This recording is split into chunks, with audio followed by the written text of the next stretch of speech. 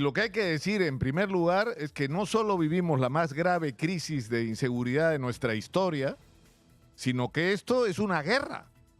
Y es una guerra contra la delincuencia, el crimen organizado, que puede poner al Estado peruano al nivel de colapso que puso Pablo Escobar a Colombia, o como han puesto los choneros y las otras organizaciones criminales a Ecuador en los últimos tiempos. Y ni hablar de territorios enteros de México. Al borde de eso estamos, porque estamos perdiendo la guerra. Y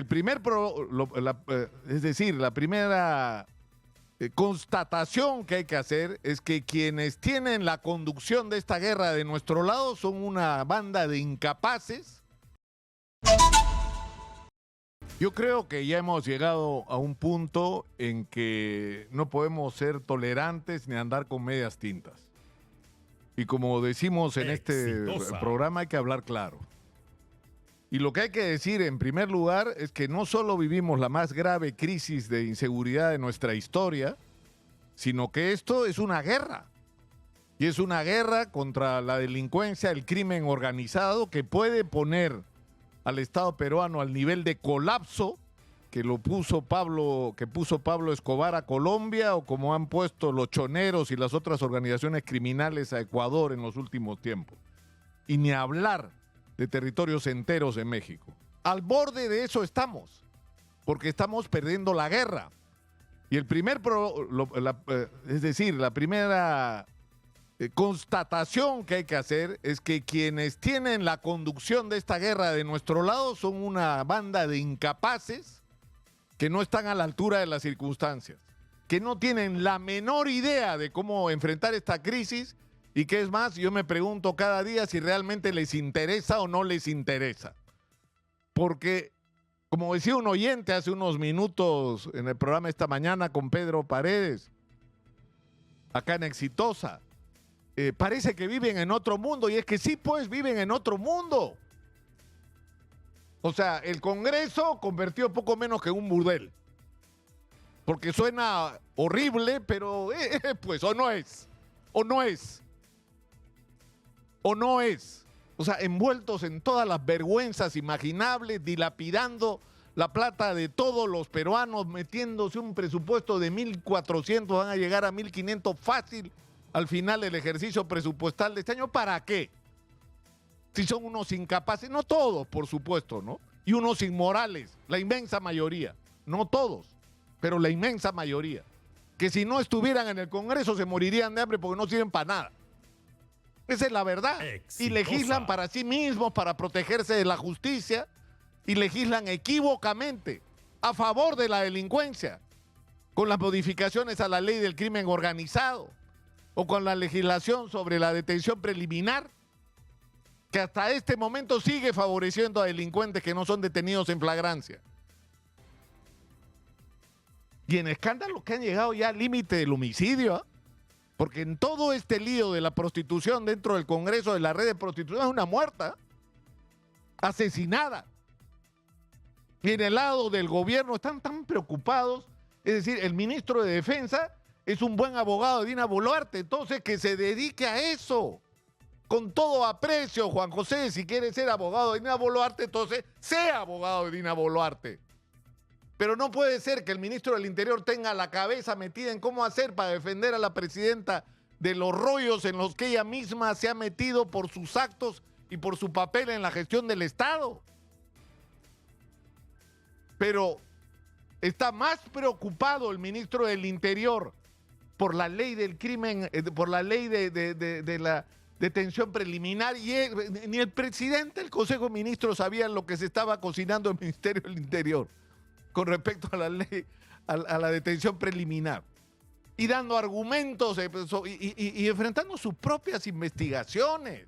Es decir, necesitamos que la gente, y la presidenta Dina Boluarte, pues enredada con el financiamiento de la campaña de Cerrón, con los Rolex, con el tema de los muertos de diciembre del 22 y enero del 23, donde la historia pudo ser diferente. No debió morir nadie si se adelantaban las elecciones y hacíamos la cosa como la gente. Y en el enredo del cofre se ayudó no ayudó y encima ahora Caliguarba, que no se puede sacudir, ¿eh? Dina Boluarte no puede hacer, no, esto no es mi problema, no señora. Usted ha sido la ministra de ese ministerio donde ocurren cosas como las vergüenzas de Frigo Inca, que también ha terminado con un muerto.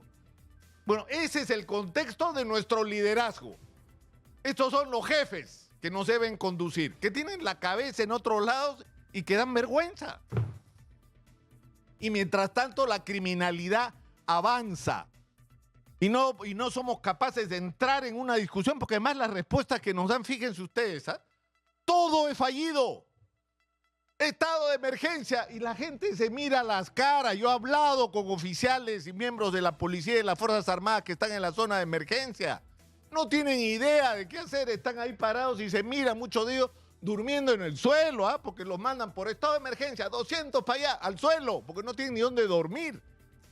Y están viendo cómo resuelven el problema de su alimentación, incluso a ese nivel. O hay que endurecer la legislación, entonces el más machito es el que propone la ley más bruta. Como si eso resolviera algo, como si la legislación en el Perú no fuera severísima como lo que es. Pero es que, la verdad, si uno revisa, no tienen idea. No tienen idea. Yo hablaba con un miembro de las Fuerzas Armadas que me decía, nos mandaron a Trujillo a hacer ¿qué? No sabemos, todavía no nos han dicho. Y ya los habían mandado para allá. Y el señor César Acuña, que está reconociendo él mismo su fracaso como conductor de la región, está diciendo que vengan las Fuerzas Armadas y se haga cargo. ¿Por qué? Porque los líderes civiles no son capaces de hacerse cargo. Y la respuesta, lamentablemente, sí, pues. No son capaces, no están a la altura.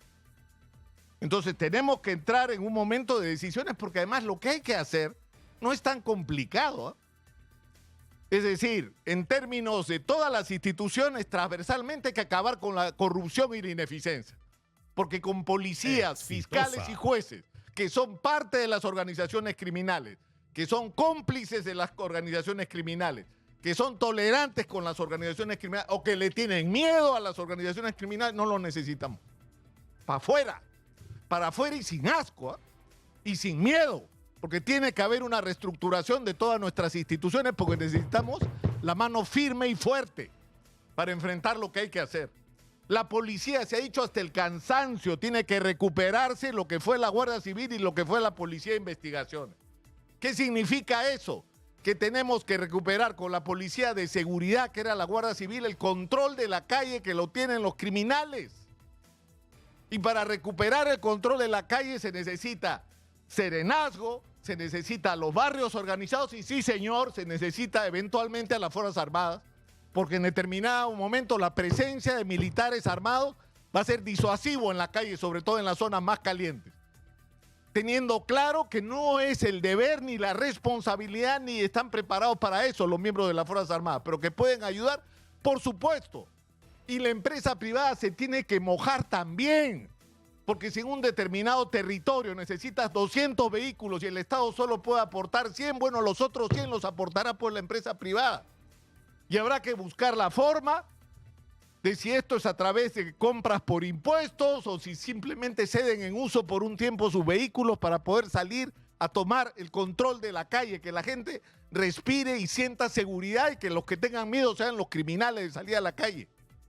Miren ustedes lo que ha pasado en la Fiscalía de Trujillo, es un ataque, lo hablábamos con Jesús Verde, o sea, ya